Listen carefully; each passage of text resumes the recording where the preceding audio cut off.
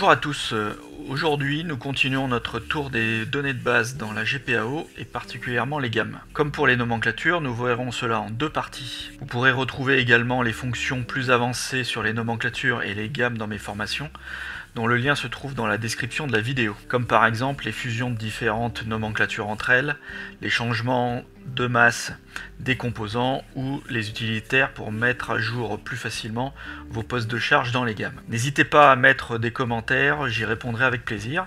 Et si vous souhaitez voir une fonctionnalité de Sage toute particulière, je me ferai une joie de la mettre en vidéo. Je rappelle rapidement que les informations indiquées dans cette vidéo sont valables dans toutes les versions de Sage X3, même les plus anciennes. Allez, c'est parti! Tout d'abord et pour rappel, les gammes permettent de formaliser l'ensemble des méthodes de fabrication d'un produit dans le module production du logiciel. À travers la gamme, on va pouvoir lister toutes les opérations ou actions servant à fabriquer le produit. On va pouvoir également connaître précisément la machine ou le poste de main-d'œuvre qui va réaliser la fabrication et l'opération. Connaître la durée ou le temps des opérations, savoir si les opérations se suivent en cascade, si elles se chevauchent dans le temps ou en fonction d'une quantité, ou encore si elles sont parallèles. La gamme servira de support pour éditer les ordres de fabrication. Elle permettra encore de calculer les prix de revient théoriques comme les coûts standards, standards actualisés, standards simulés, standards budgétés. Et comme elle est la référente de la fabrication d'un produit en termes de temps, elle permettra d'effectuer une comparaison entre ce qui a été prévu et ce qui s'est réellement passé dans les ateliers. Comme pour les nomenclatures, que vous pouvez retrouver sur ma chaîne, la fonction des gammes peut se lancer soit depuis les articles, soit depuis les articles sites.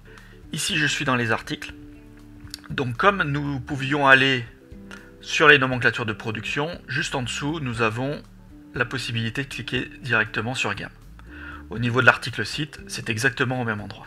L'avantage d'aller dans les gammes depuis la fiche article, c'est que nous retrouverons uniquement les gammes concernant ce produit. Au niveau de l'article site, on retrouvera uniquement la gamme pour le site donné. Donc là, je vais cliquer sur gamme.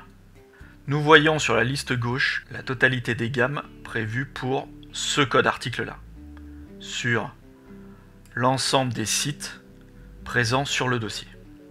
Pour ces alternatives là. Nous allons faire fin et nous allons aller directement dans la fonction gamme depuis le menu classique. Donc on clique sur la boussole, je fais tout réduire comme habituellement, je vais dans le menu production ici, ça se trouve dans données techniques, ensuite dans gamme et gestion des gammes ici. Donc je vais le mettre en favori. Donc nous pouvons voir dans la liste gauche la totalité des gammes et de la bibliothèque de gamme qu'il y a pour les sites sur lesquels j'ai les droits d'accès ainsi que les alternatives.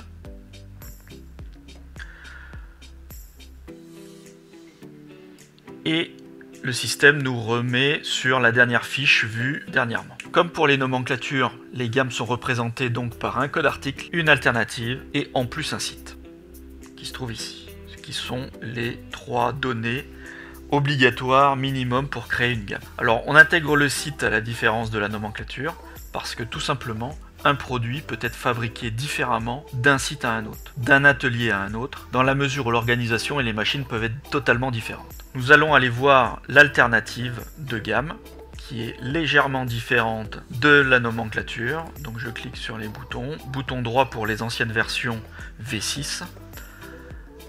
L'alternative ici 40 contient un intitulé court, ça c'est classique. Un code d'accès également pour gérer les habilitations et les droits d'accès à certaines populations de l'entreprise. Ici j'en ai pas, donc n'importe qui a le droit de la consulter et de consulter les gammes associées à cette alternative.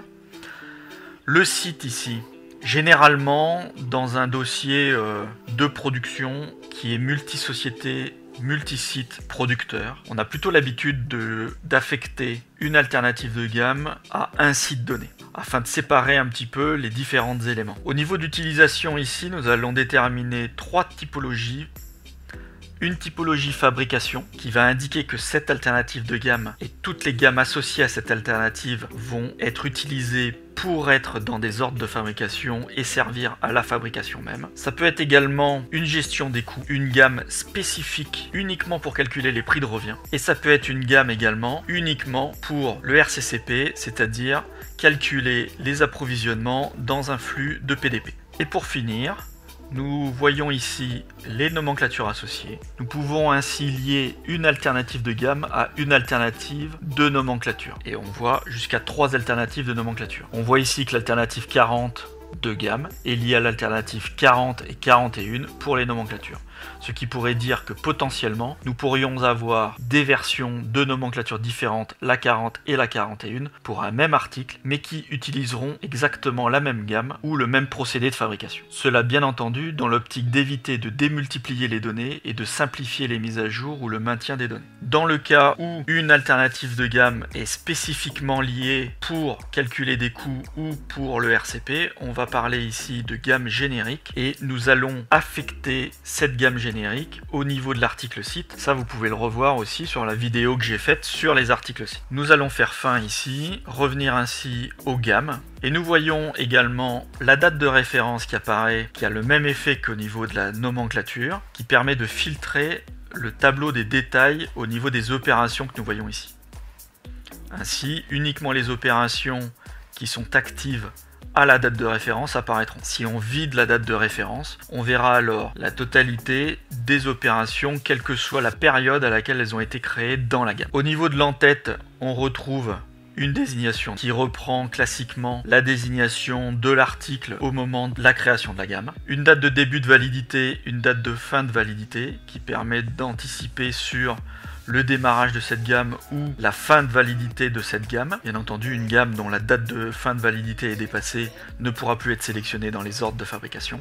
Un statut utilisation, en élaboration, en exploitation. En élaboration, comme pour les nomenclatures, la gamme ne pourra pas être sélectionnée au niveau des ordres de fabrication. Et l'exploitation permet en gros que la gamme est validée et peut être utilisée pour fabriquer le produit. Une gestion du temps et de l'unité de temps en heures ou en minutes. Cela va déterminer quelle est la valeur de référence de la saisie des temps au niveau des opérations que nous verrons plus tard. Là, on parlera bien entendu de saisie en heures décimales ou en minutes décimales. Par défaut, nous sommes en heures et donc les données temporelles que nous indiquerons dans le tableau des opérations devront être exprimées en fonction de ce choix. Nous allons faire nouveau ici avec le petit plus. Nous allons reprendre le code de l'article que nous voulons. Nous allons le mettre sur la gamme 43 parce que je sais qu'elle existe. Le site FR012. Nous voyons donc ici que la désignation de l'entête par défaut est reprise en fonction de mon code article. Nous voyons que par défaut, on est automatiquement en statut élaboration, donc attention lorsque vous allez créer et donc passer la gamme en exploitation de bien changer ce paramètre. Et par défaut également, nous sommes en heure. Je vais abandonner pour revenir à la gamme précédemment utilisée via mes derniers lus. Et je vais reprendre mon site FR012 sur l'alternative 40. Nous retrouvons ensuite des blocs, un bloc d'entête, un bloc de gamme, un bloc de jalonnement. Au niveau des anciennes versions, au-delà de la V6, c'était tout simplement des onglets, mais les données sont strictement identiques. Je vais d'ailleurs les diminuer pour une meilleure lisibilité. Vous voyez que dans la V12, nous pouvons réduire les blocs de façon à limiter la vision que nous pouvons avoir sur l'écran. Au niveau de mon en-tête, nous retrouvons le mode de gestion des OF. C'est souvent un peu mystérieux pour les utilisateurs, en fait c'est très simple. Cela indique si nous autorisons ou non de modifier certains éléments lors de la création d'un OF. En clair, si nous mettons pas de modification ici, cela impliquera que les utilisateurs qui créeront un OF avec cette gamme ne pourront alors rien modifier dans l'OF en termes d'opération ou de composants. On ne pourra pas rajouter une opération non prévue, on ne pourra pas rajouter une matière non prévue, ou encore exclure une opération inutile ou une matière qu'on ne veut pas consommer. Si modification de matière ici est sélectionnée, on ne pourra pas modifier les opérations. A l'inverse, si on coche modification des opérations. On pourra modifier les opérations de l'OF, mais on ne pourra pas modifier les matières qui se trouvent dans l'ordre de fabrication, qui, je rappelle, remonte automatiquement de la nomenclature. En revanche, vous pourrez exclure ou rajouter une opération. Si je coche modif matière et opération,